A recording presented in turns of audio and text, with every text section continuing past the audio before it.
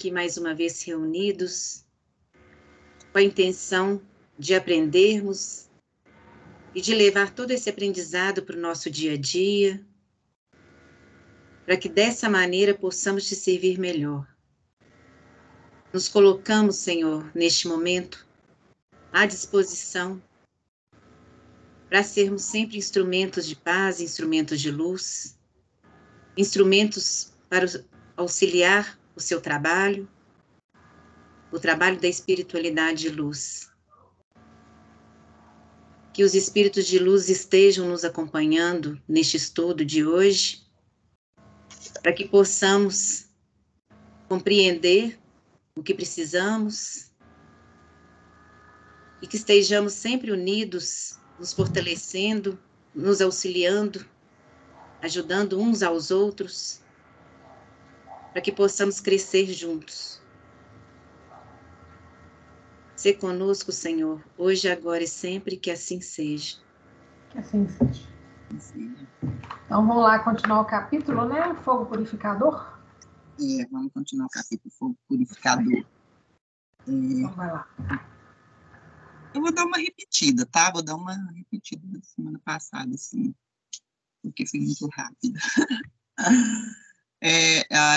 Nesse capítulo, né, a gente fala da mudança da casa transitória. Esse é o principal assunto, né?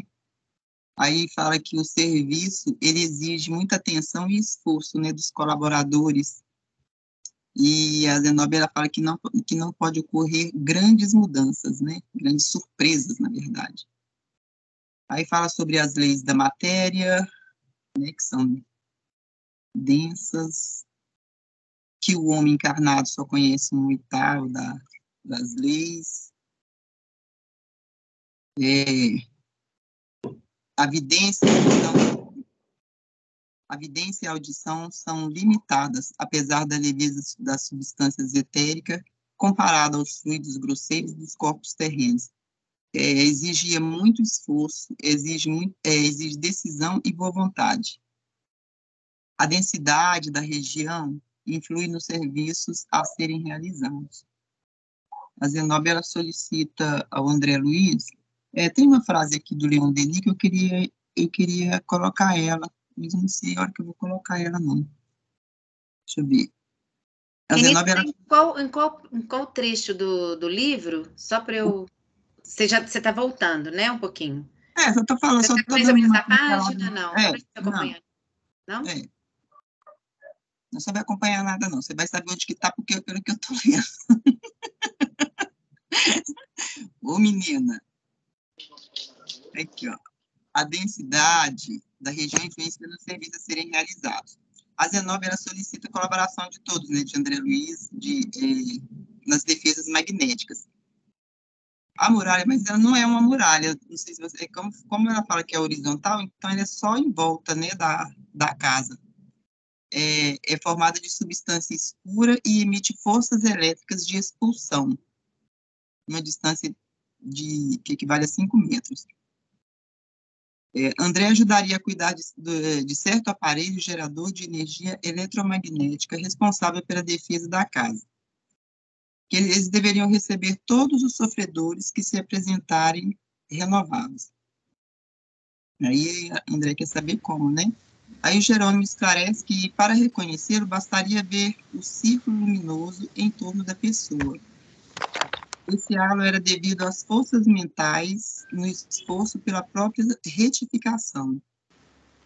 Ou seja, não adianta a gente só falar que está arrependido, né? E pedir perdão. O nosso corpo, ele vai falar se aquilo ali é de fato.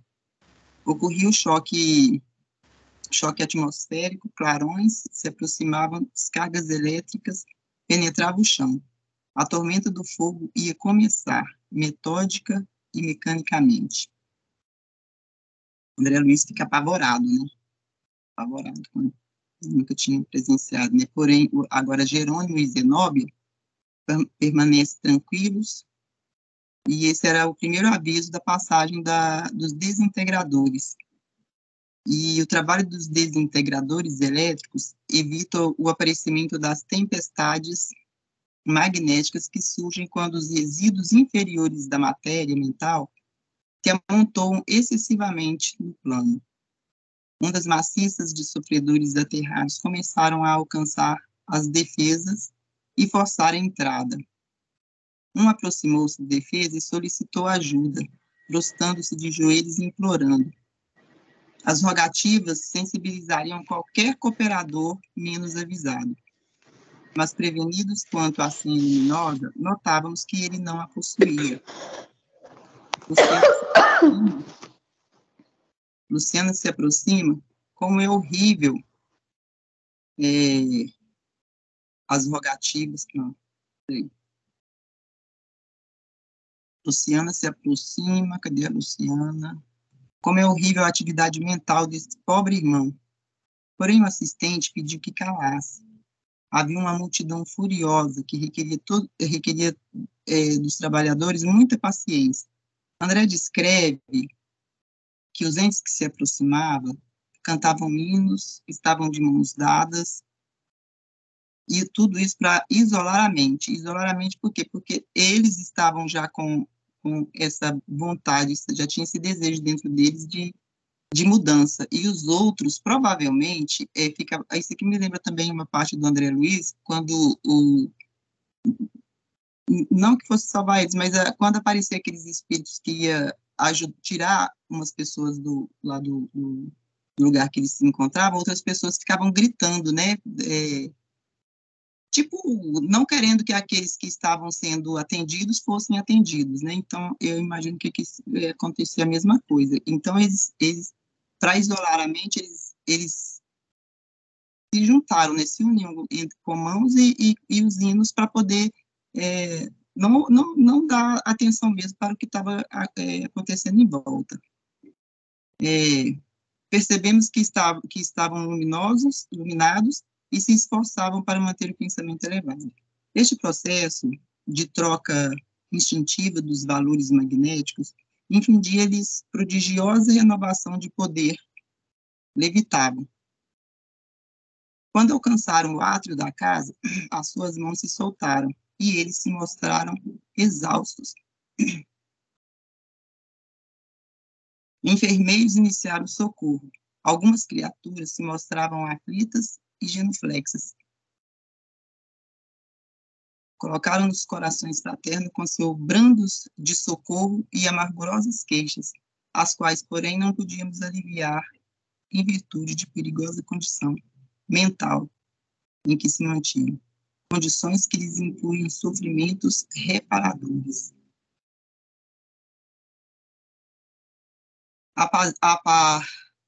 A paisagem era sufocante e terrível. Clarões caíam do céu e penetravam no solo, que começou a tremer sob os nossos pés. O calor asfixiava. Soou o clarim equivalente ao toque de recolher. André e os outros se afastaram dos aparelhos apressadamente. Sorvedouros de chamas surgiam próximos e tamanha a gritaria se verificava em derredor. Parecia vasta floresta incendiada a desalojar feras e monstros de formas desconhecidas. Isso aqui também é aquilo que a gente falou, né, que o Vicente até falou de lugares escuros onde eles se escondem e com esse processo as pessoas saem, né? São desalojadas. André se sentiu preocupado com a turma que poderia invadir e a queda contínua de faíscas chamegantes, no meu ver, punha em perigo a organização. Por que a demora? Mas dentro da casa reinava absoluta ordem. Zenóbia controlava a situação tranquilamente. As portas foram cerradas. Zenóbia chamou a sala de oração e esclareceu que a casa transitória, para movimentar-se com êxito, não necessitava apenas de forças elétricas, mas também de nossas emissões magnéticas mentais para o impulso inicial de subida. Isso que eu achei bem interessante, porque não é só o físico, entre aspas, né, no plano espiritual, mas o poder da oração, né, o poder da oração, de pensamentos numa só vontade, digamos assim, sumiu a palavra.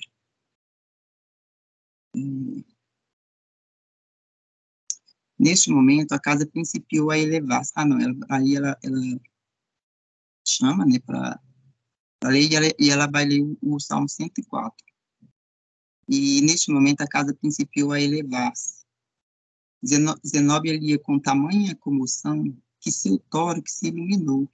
Contagiados pela sua fé ardorosa, uníamos-nos na mesma vibração. O oratório encheu-se de profunda claridade. A casa, que se deslocava vagarosamente, punha-se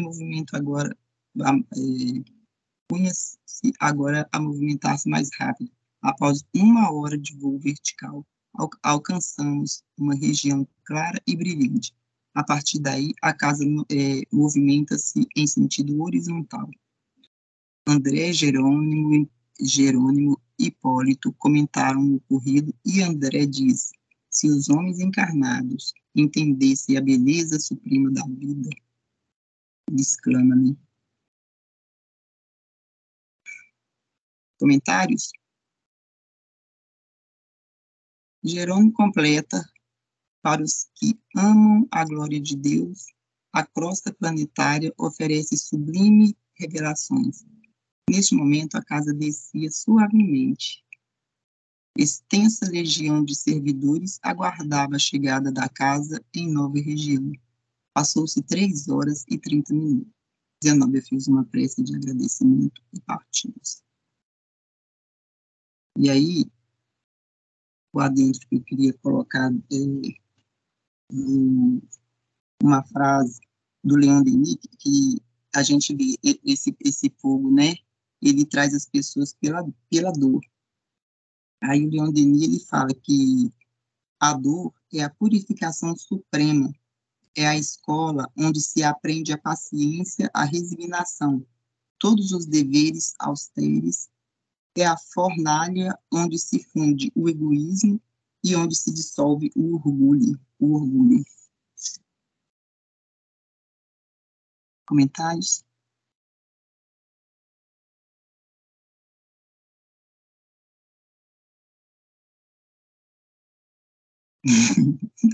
Patrícia, nada a declarar?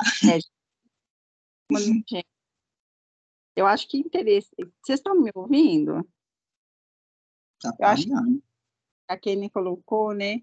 Primeiro que a gente colocou lá no início do capítulo, que eu e o Vicente falamos na reunião passada, foi o porquê, né, que a casa transitória estava sendo movimentada. Como é interessante, como é a nossa energia de pensamento, tanto de encarnado como desencarnado, ela vai densificando tanta atmosfera que se torna insuportável ficar no lugar, né?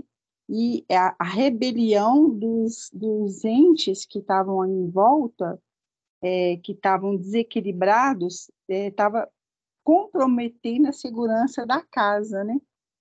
Tanto é que o André Luiz, no início, ele é convidado a ir lá ajudar, a ficar lá nos aparelhos que fazem emite aquelas ondas eletromagnéticas para expulsar as pessoas de perto da casa, né, no raio de 5 metros de distância da casa.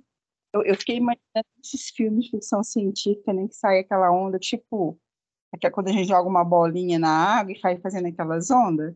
Aí eu imaginei que pode ser umas ondas parecidas com essa, né, que faz assim, tum, tum, entendeu? Que não deixa as pessoas aproximarem dessa parede vibratória que tem na casa, né? Cadê Vicente? Hoje está de folga?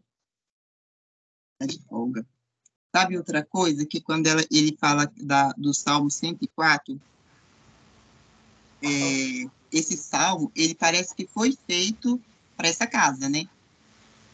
Para essa casa, que eu achei muito interessante aqui, quando ela fala assim, e derrama seu hálito criador nas asas do vento. Aliás, quando lê o Salmo, aqui, ó, e por vezes tomas por teu ministro o fogo devorador, fundaste-nos a casa terrestre em bases seguras. Gente, eu achei muito a ver com essa casa transitória. Ela escolheu perfeitamente.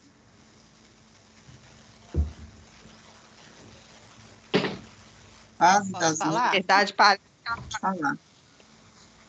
Fala, né, quem? Oi? Não, Gemile quer falar. Fala, Gemile. Uma coisa que me chamou, assim, foi o que mais me chamou a atenção, foi que na hora que as pessoas querem ser ajudadas, não vale só que eles não conseguem fingir, porque a pessoa que realmente está interessada em ser ajudado, cria-se um halo de luz. Então, não adianta fingir. Só a pessoa que realmente quer ser ajudada, ela vai ser ajudada. E que foi preciso, como que a união é tão importante, que foi preciso que todos se dessem as mãos, como se fizesse uma corrente para poder fortalecer essa ajuda. E isso me chamou muita atenção nesse momento do capítulo. E sem falar na questão daquela entidade que veio, né, pedir clemência, mas aí fala assim, ele está amedrontado, mas não convertido, né? Então, é uma diferença muito grande. A gente, às vezes, se compadece de alguém que está amedrontado, mas ele não quer ajuda, ele quer perturbar, quer continuar fazendo as mesmas coisas, só está com medo. E medo não é um critério para se acolher um espírito que não tem ainda condição de ser acolhido, né? Só porque está com medo, né? Sabe uma coisa que eu achei interessante, Aline, você falando disso daí? Esse medo. Eu fiquei pensando, mas eles têm medo de quê do fogo purificador? O que o fogo purificador pode causar no perispírito, né? Porque já estão mortos, né? Então, eu acho que não vai matar eles de novo, não sei. Não mata, mas causa dor, né? Porque queima do mesmo jeito, né? Mas eles ainda estão muito materializados, né? Por isso que eles têm esse medo do fogo. Se eles já fossem um pouco mais, assim, conhecedor das coisas, eles não iam ter esse medo. E mata sim, viu? Você está enganada, mata sim. Pois é, essa segunda morte, eu já ouvi falar dela, mas aqui, ó, lembra de um detalhe. O espírito que Luciana viu é o mesmo espírito que enfrentou o grupo lá, quando eles foram lá buscar o padre. E que ele falava blasfêmias e que ele tinha argumentos para tudo. E é ele que chegou lá na frente e queria pedindo, né? Pedindo. Agora, olha que interessante. Aquele espírito que era praticamente um dos líderes ali do grupo ali, né, nas zonas purgatoriais, por que ele estava pedindo auxílio? Ele sabia o que era o fogo. Ele tinha o conhecimento do que o fogo faz, entendeu? Então, assim, recentemente alguém até me fez uma pergunta sobre cremação. E quando a gente lê esse capítulo, quando a gente estuda esse capítulo sobre o fogo reparador, dá para entender o que acontece quando você passa pelo processo de cremação e que você ainda está no corpo. Porque a gente já falou isso aqui, existe uma ideia de que todo mundo, né, que todo mundo vai ser desligado do corpo. Não, tem isso não.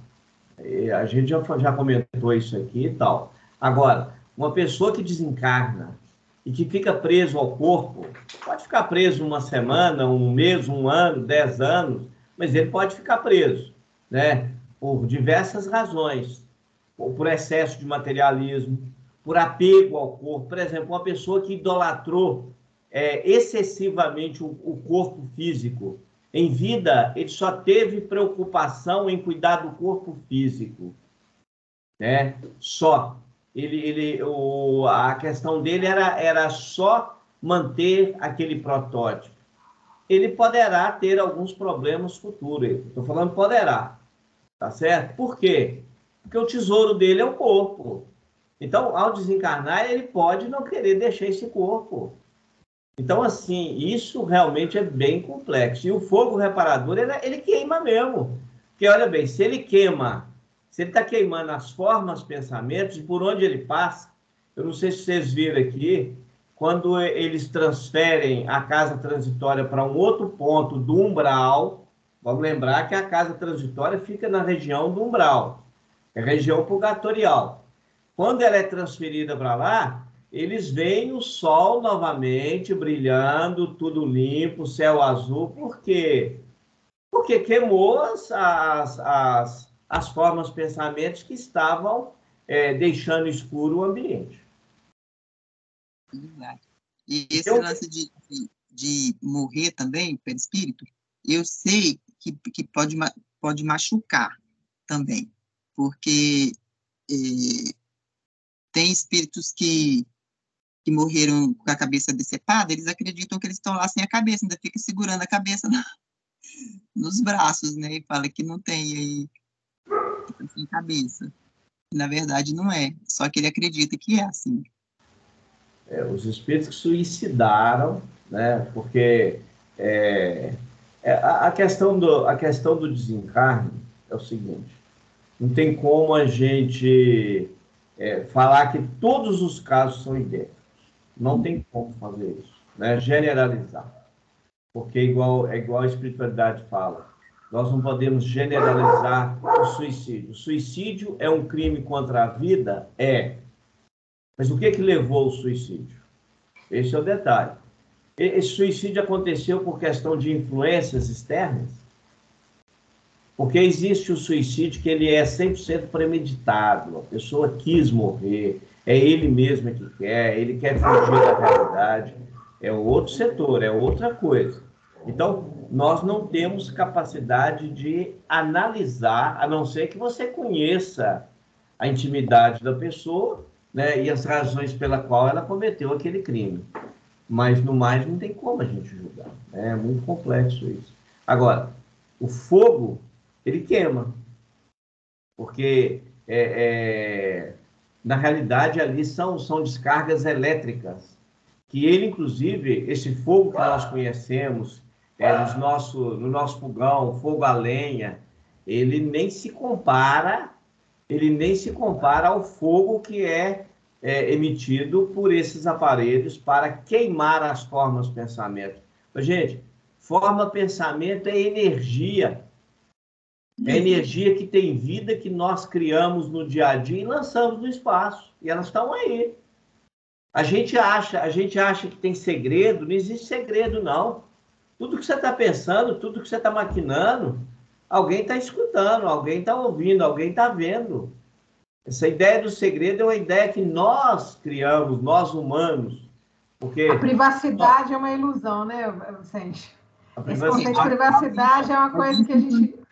a gente criou, mas não existe. Né? Ela acontece, ela existe. Conforme diz o mundo espiritual, a sua casa, se você gerar condições para tal, ela tem proteção, desde que você gere. Porque eles não podem, o mundo espiritual não pode fazer alguma coisa para gerar uma espécie de defesa para o seu lar, se você não faz jus a tal.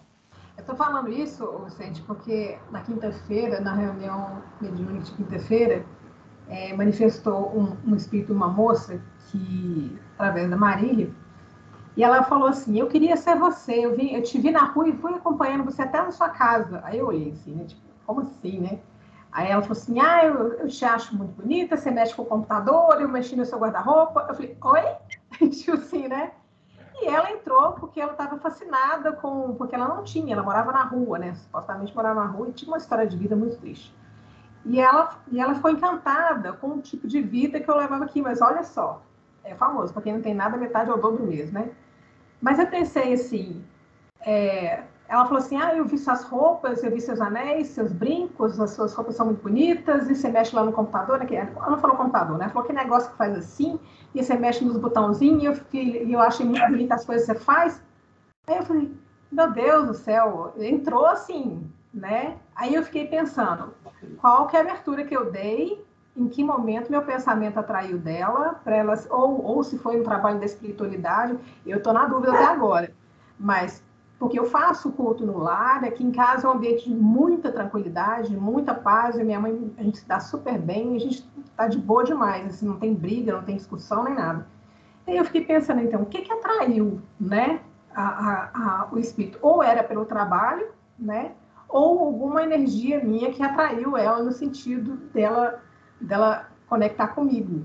Mas aí eu descobri que a gente não tem privacidade nenhuma, não. Tipo assim, tem privacidade. Você tem, sim. Existe essa questão aí, Aline, é uma questão diferente, porque aí, no caso, é um trabalho. Tá? A gente que trabalha em reuniões mediúnicas, quem faz todo o processo de direcionar os espíritos, algum espírito que precisa de te acompanhar, que acompanhar o médium, isso aí é o mundo espiritual que faz. Então, não é questão nem de privacidade, não.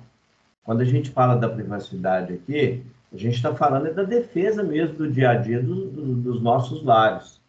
Uhum. A gente tem defesa, sim. Eu já li isso em André Luiz, e já ouvi o Ezequiel também falando que se todos os espíritos que estão na Terra tirassem uma semana de folga, a gente viraria um caos completo. A guerra seria realmente completa. Mas você não concorda que o espírito entrar na minha casa, entrar no meu quarto, ver meu guarda-roupa, ver meu trabalho, ver o meu comportamento dentro de casa, né? Ele está quebrando a privacidade, não está, não? Aline, na realidade é o seguinte, essa questão de privacidade é uma coisa muito humana.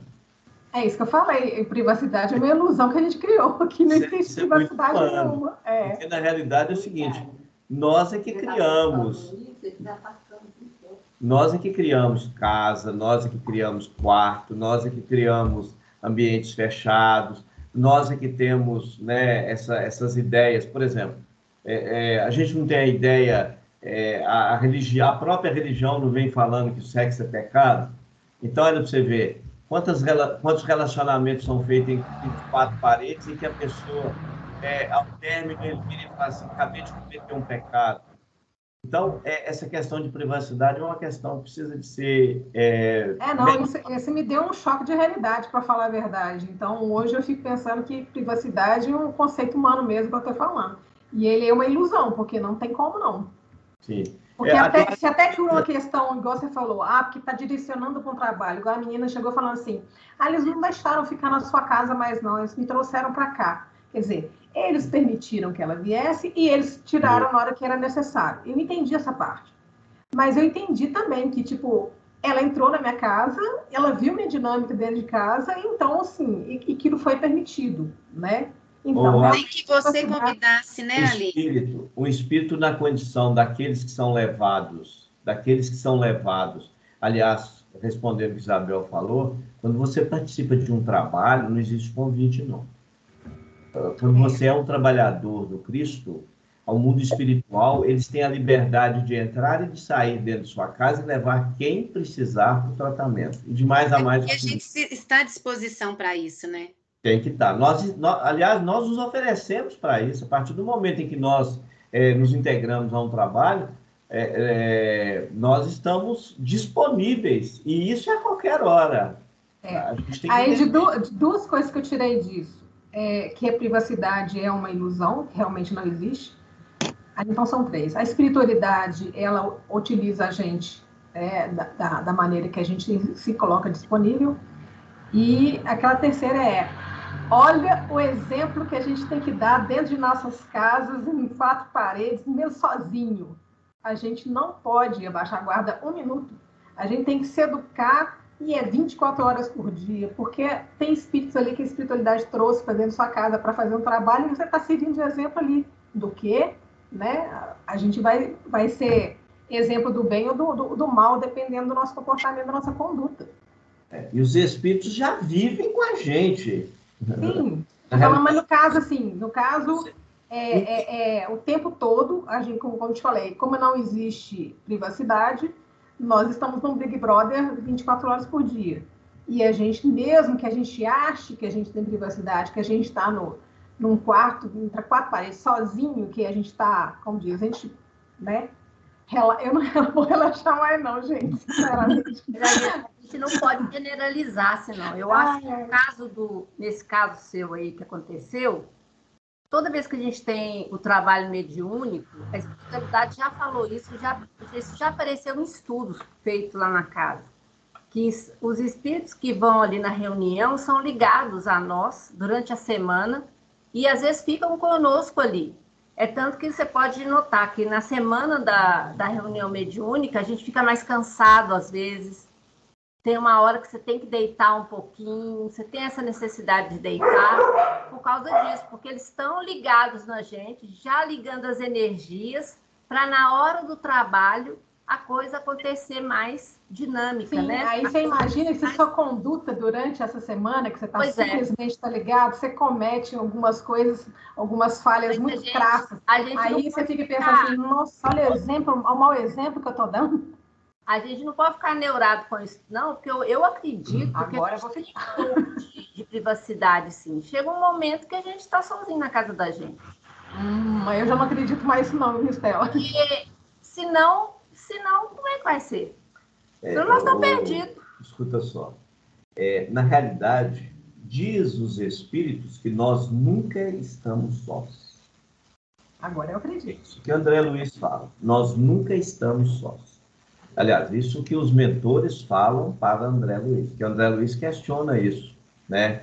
Quando ele entra dentro de certas casas e tal, e ele vê um espírito ou outro e tal ali, e ele fala assim, mas todo canto que nós chegamos tem espírito, né? Ele fala assim, ninguém está só.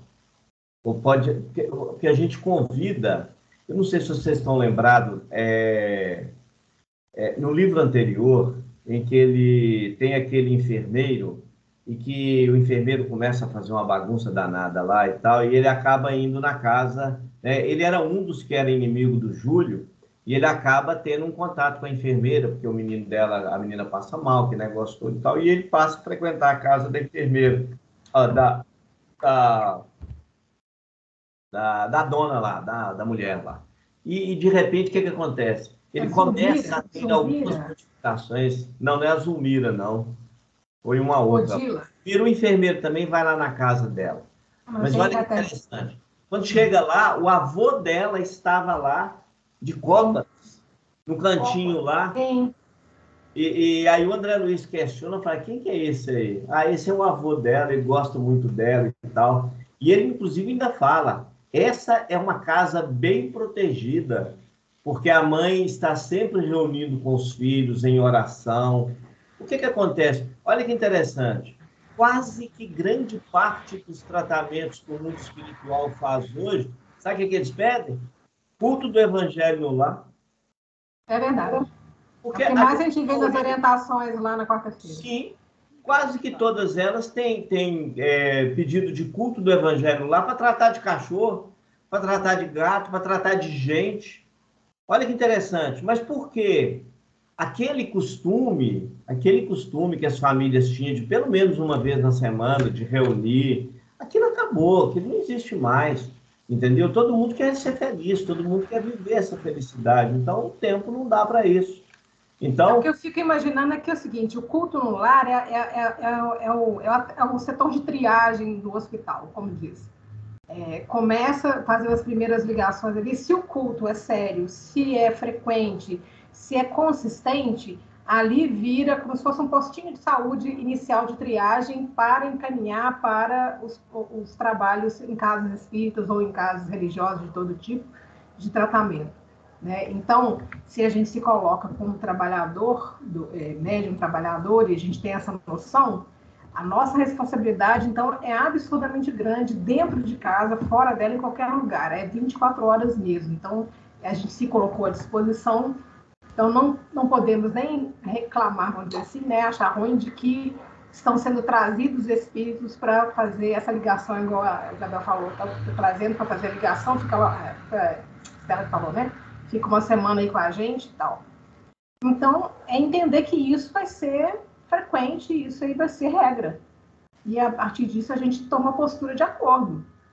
Ali, só lembrando o seguinte, não é fazer o culto e aí acabou a paz. Não, eu sei, igual eu tô te falando, aqui em casa é um ambiente de paz, não tem briga, não tem discussão, né? A gente preserva o ambiente, como diz, com asseio, com ordem, tudo mais, é igual eu tô te falando. Aqui tudo nesse sentido não é justamente por isso que eles vão aí, porque eles estão precisando de auxílio. Gente, o culto, quando você abre o culto do Evangelho lá, você está abrindo uma porta.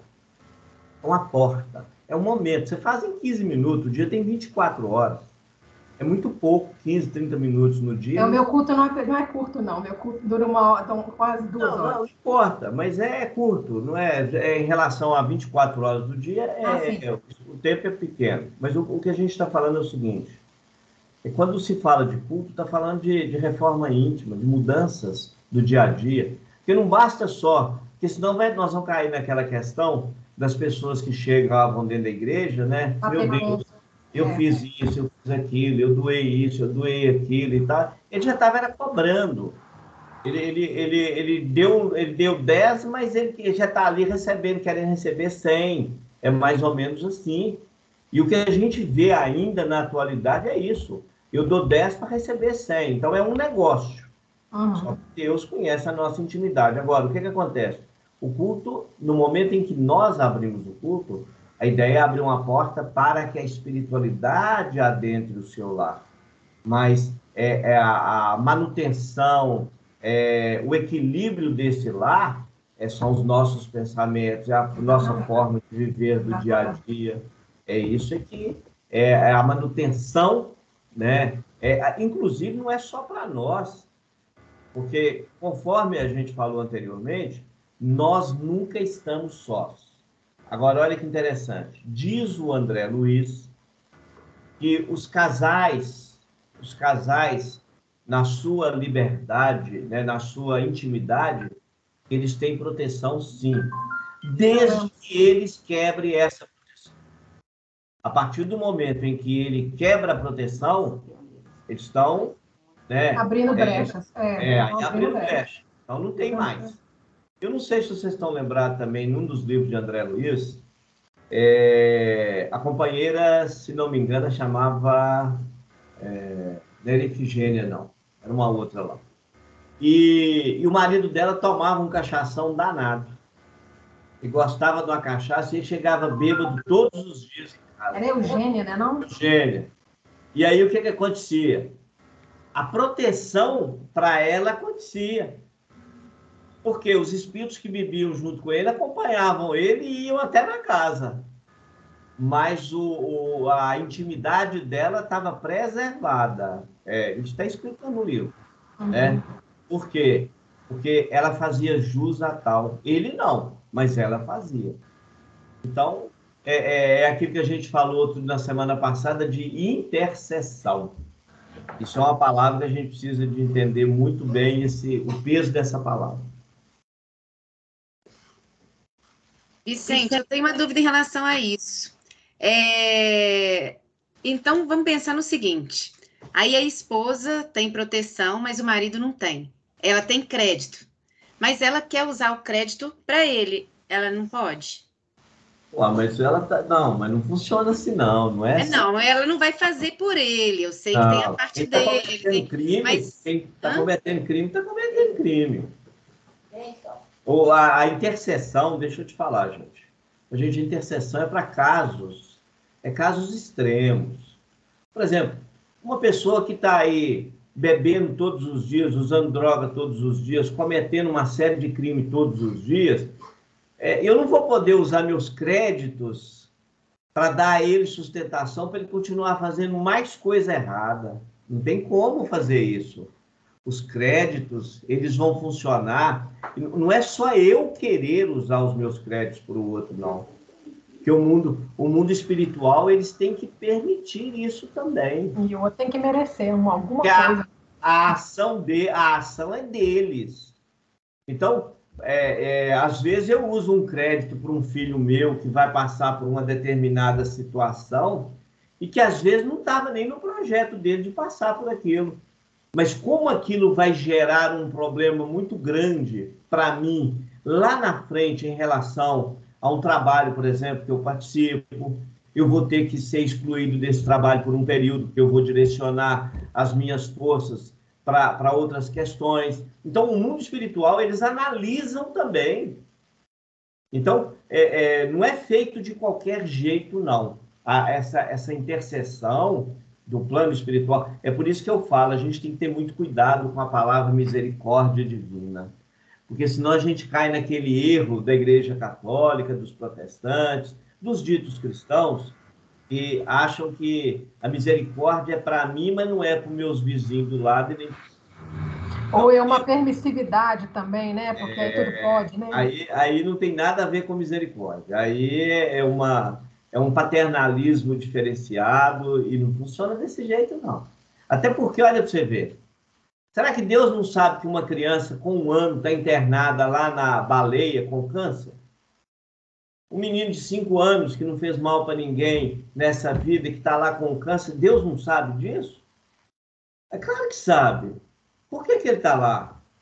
Eu tenho um sobrinho que vive na cadeira vive deitado numa cama, ele já vai fazer 40 anos. E está lá. Então, assim, existe uma razão, né? Você citou aí anteriormente aí, sobre certas questões que às vezes a gente tem que passar, né, na vida para a gente poder reparar. Não é reparar, porque é isso que a gente precisa separar. Primeiro, Deus não é juiz. Nós temos que acabar com isso. Deus não nos julga. Deus não tem tribunal para nos julgar. Sabe por quê? Ele não precisa disso. Ele tem lei. E a lei dele é perfeita, porque ela está na consciência de cada um. E olha que interessante, como que funciona a minha consciência? A minha consciência é pesadíssima, sabe por quê? Porque eu busquei um monte de conhecimento. Agora, a consciência de um índio que está lá, né, que não tem contato com o branco, ela é a mesma minha? Não é.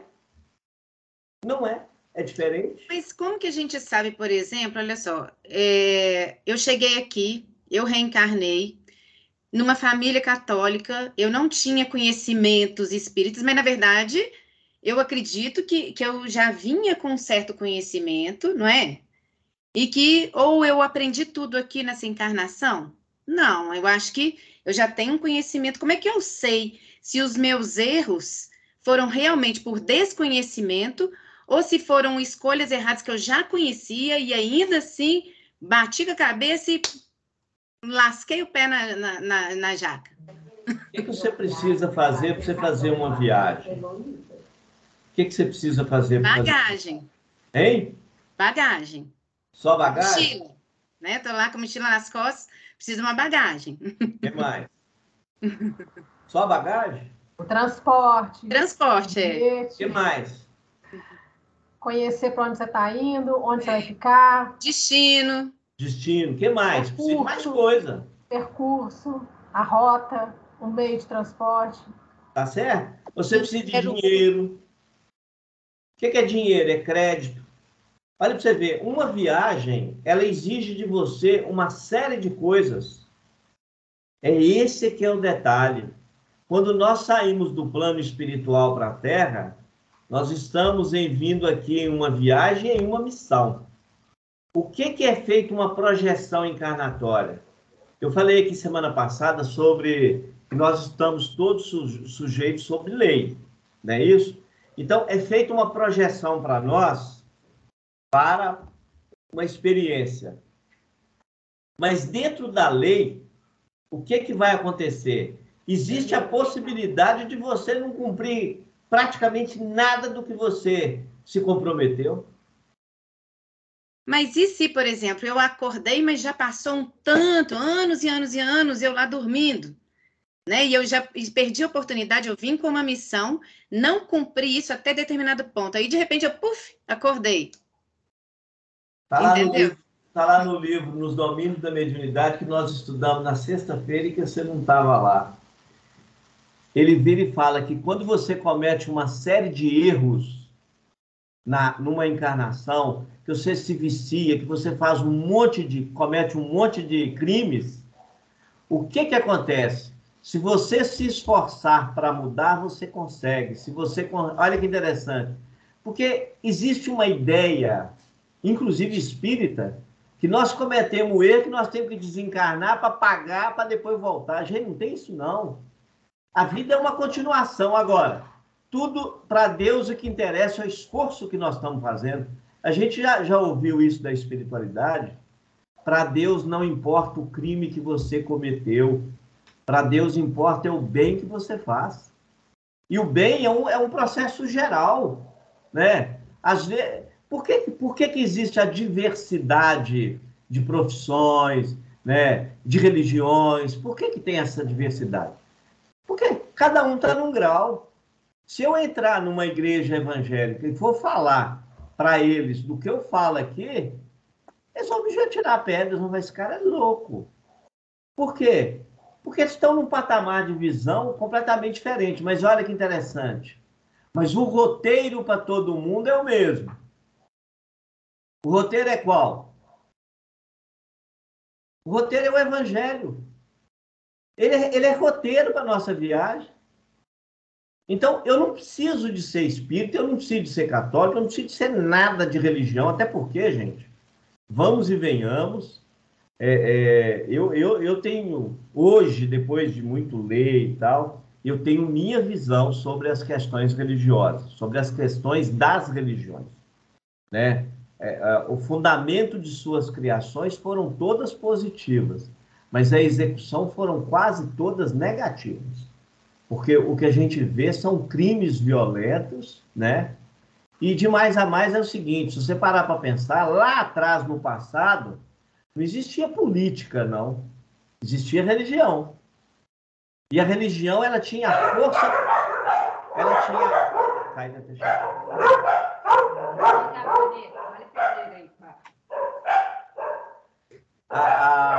a religião, os dirigentes religiosos, eles tinham força política.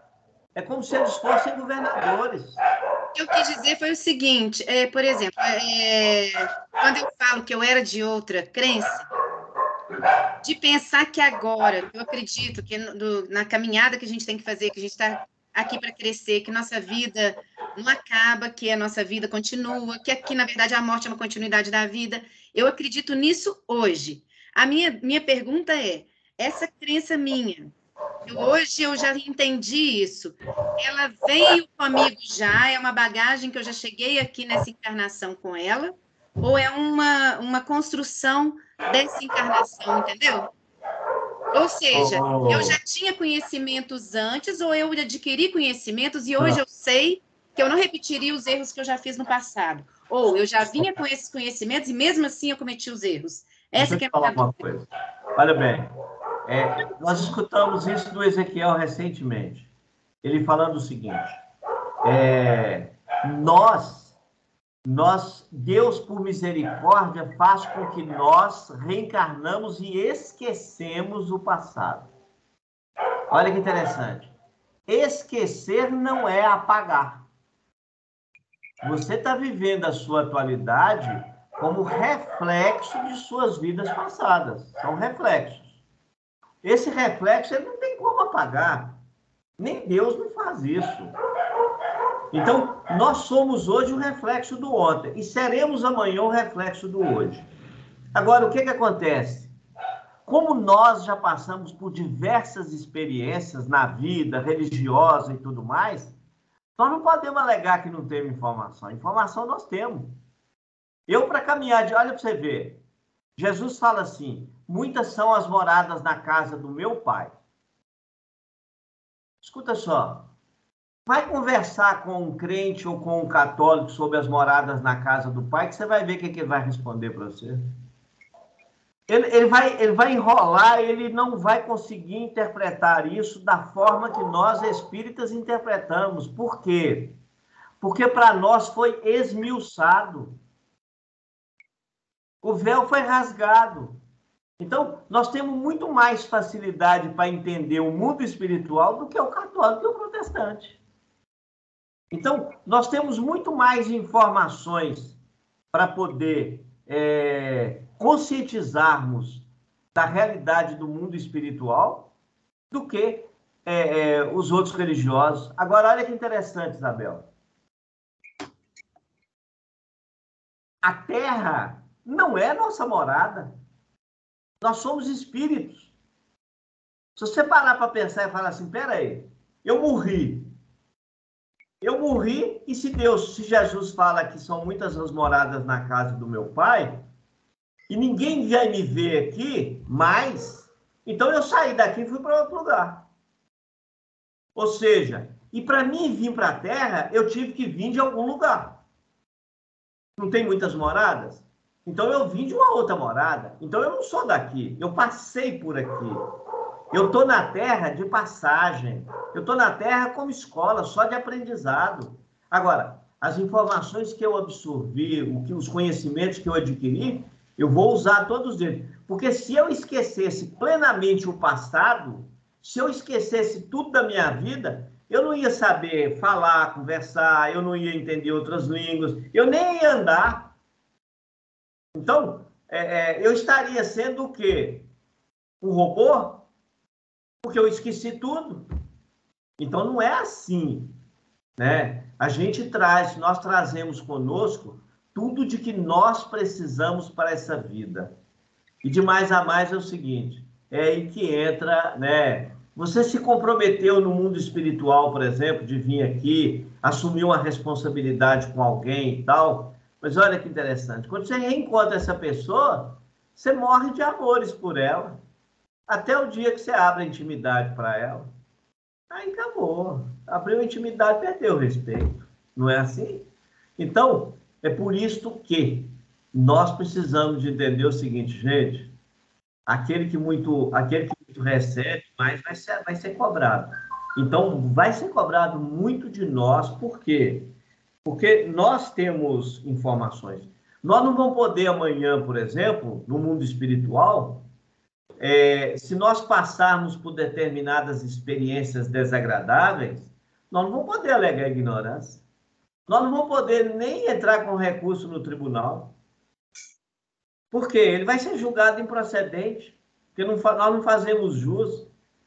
Então, é por isso que, com toda certeza, todo o exemplo que a gente tem visto, vivenciado, lido, nós temos que dar ele no dia a dia, tá? Com todo o modernismo, porque o que acontece no mundo? Primeiro, as religiões são dirigidas por interesseiros, com poucas exceções de alguns líderes que realmente querem servir ao Cristo. Existem eles, sim, sem dúvida nenhuma, mas a grande maioria quer se dar bem. A grande maioria quer um lugar feliz na Terra. Porque o que a gente vê é uma tristeza. Vocês podem observar, tudo que nós vamos fazer, que somos espírita, é no suor. É trabalho, é almoço, é arrecadação, é rifa, né? É doação, é tudo assim, é no suor. Esses caras aí chegam aí numa reunião aí com 2, 3, 4 mil pessoas, eu preciso de 200 mil reais aqui hoje, e quem der mais vai ganhar mais crédito. Funciona assim. E as pessoas vão. Por quê? Porque a pessoa ele vai lá e dá 1.000, e ele fala, estou dando 1.000 porque eu vou ganhar 10. E o pastor ou o padre, ou sei lá quem for, coloca na cabeça dele que ele vai ganhar e ele ganha. Então é por isso que nós temos que aprender o seguinte, nós temos que servir ao Cristo, independentemente do salário, independentemente daquilo que nós... Porque servir essa palavra vem de servidão.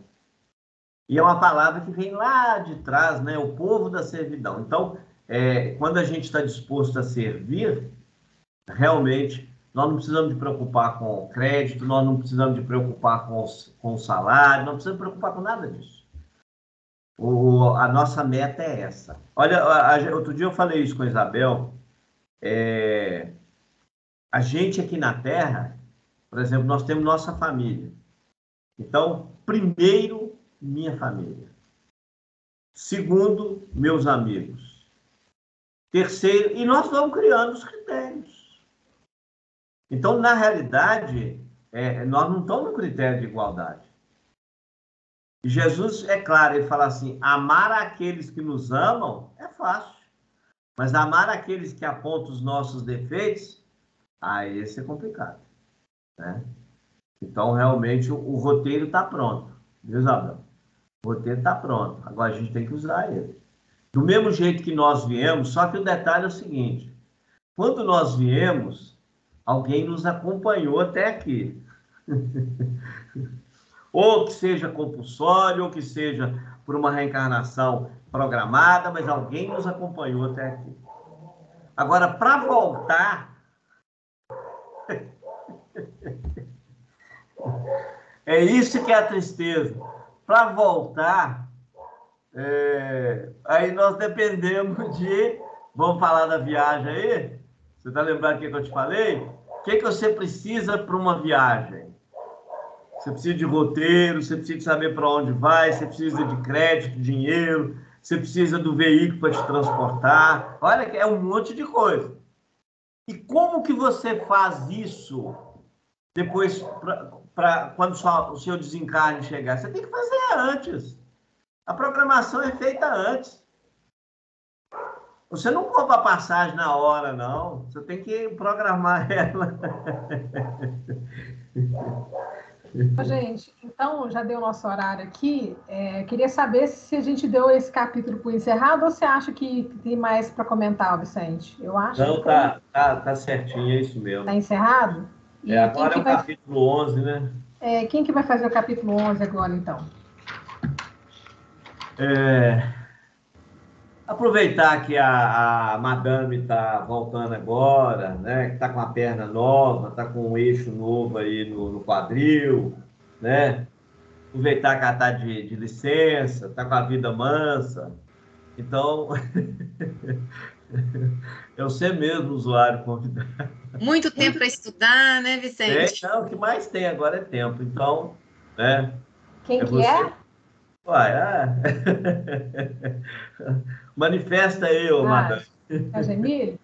Gemílio. Tá certo, então. Eu mesmo. Tá bom. Então, Gemília, aproveita. Vai ser domingo que vem, né?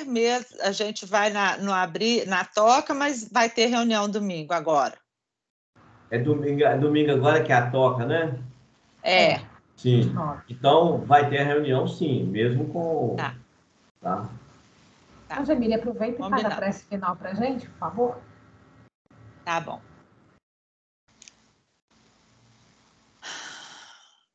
Nós vamos te agradecer a todos os espíritos que aqui estiveram conosco, todo esse aprendizado e tanta energia boa que tivemos nesse encontro. Que o nosso Pai, que é sempre bom, nos conceda uma semana de alegrias, de disciplina, para que nós coloquemos em prática tudo que a gente tem aprendido, um passo de cada vez, mas que a gente nunca pare, que a gente consiga dar um passinho por dia. Pai nosso que estais nos céus e em toda parte, santificado seja o vosso nome, venha a nós o vosso reino, e seja feita a sua vontade, assim na terra como nos céus. Pão nosso de cada dia nos dai hoje e sempre. Perdoa, Senhor, as nossas dívidas, nos ensinando a perdoar a quem pensamos que nos devem. E não nos deixes cair em tentações, Livra-nos, Senhor, principalmente do mal que ainda habita em nós. Que assim seja. Obrigada, gente. Boa noite. Boa noite.